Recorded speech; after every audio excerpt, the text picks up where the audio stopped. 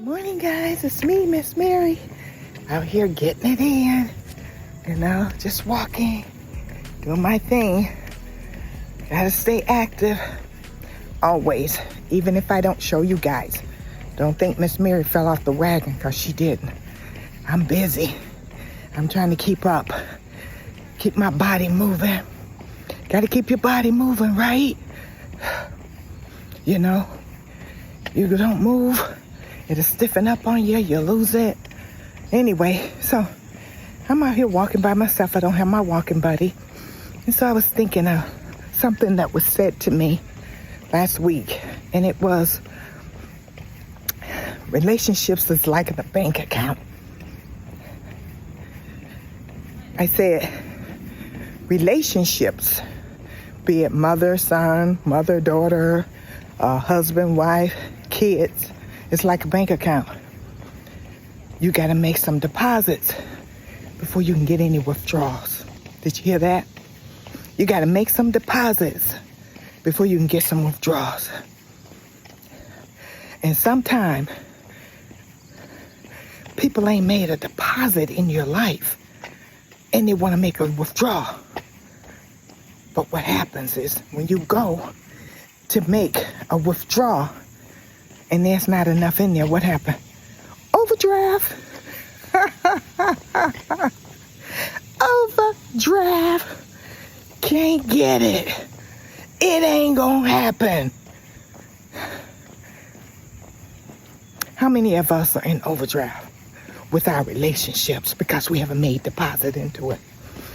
I remember someone said to me one time too, like with friendships, and I'm going to talk from friendship point of view.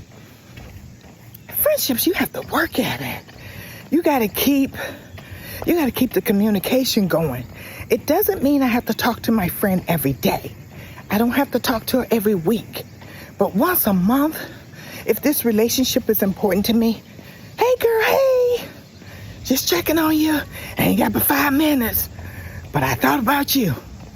Sometimes just calling a friend and say, hey, I thought about you. You were on my mind.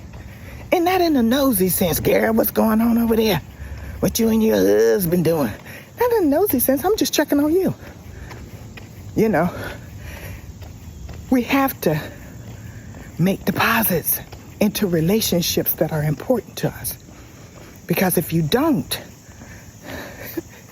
you're going to go to make a withdrawal and it's going to be overdraft. It's going to be like you calling them and you wondering why they ain't answering the phone and the phone just ringing. It's because they ain't removed your number from under contacts. You ain't in the contact list. You didn't make the contact list.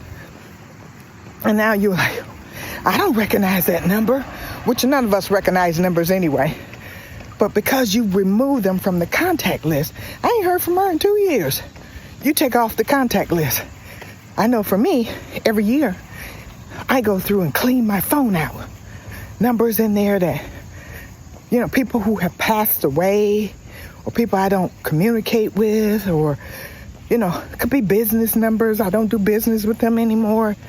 I just go in there and do a clean out. And perhaps maybe you've made the clean out.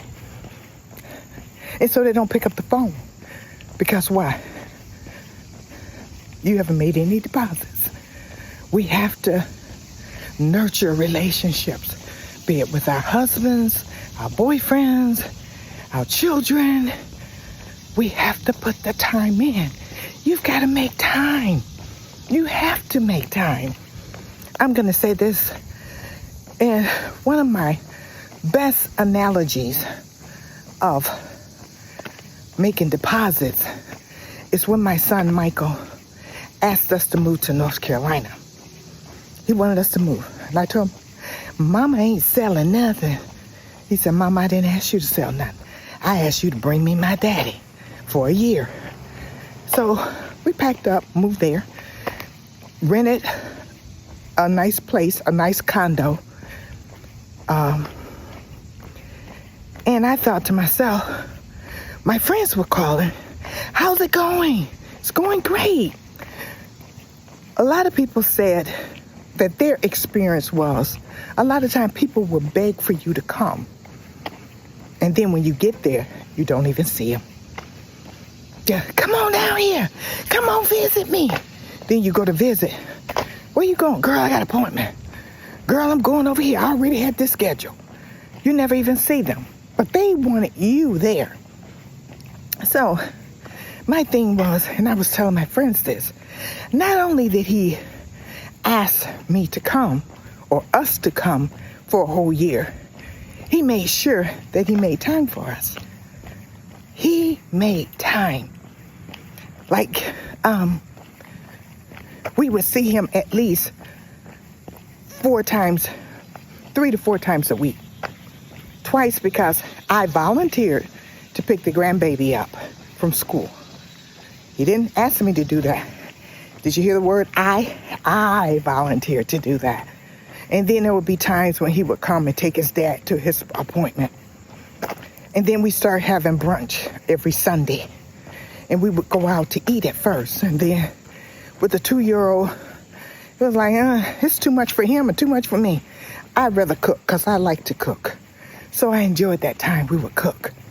But the point of the thing is that not only did he ask us to come, but when we got there, he made sure that he was available. Little things that he did. Taking the garbage to the curb that says, Mama, I appreciate you being here. Tomorrow is your garbage day? Taking the garbage to the curb. Showing up to take his dad to an appointment. What time is Dad's appointment tomorrow? I would tell him. Next thing I know, he's at the door. What's going on? Go back to bed. I got it. He made some deposits. You got to make deposits in relationships. You know, we got to show up for one another, even if it means, hi. You know, I'm getting into texting because I'm doing this phone thing and stuff and I'm learning. But it's nothing like hearing a person's voice. You can send me a text all day. Hi, just checking on you.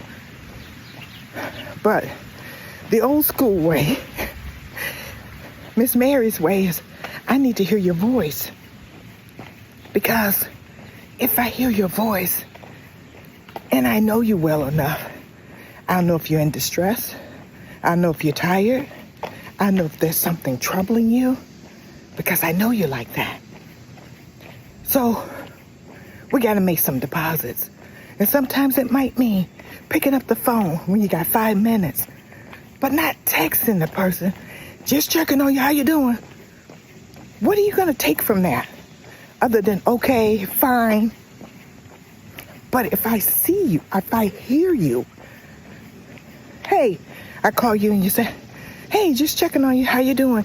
And I hear your voice and you say, all right. I'm like, no, what's going on? What's going on? You know what I'm saying? So let's not lose, with all this technology, let's not lose the ability to communicate in a way that we can really know when our friends, our family, or people are in distress or going through something, or just need a hug, or just need some love, or just need some encouragement. Let's stay connected. Let's stay connected in the way that we will know. How are you going to know what I'm going through a text message? Okay, guys, talk to you later. Don't forget to like, share, and subscribe. This is Miss Mary sounding off. Bye.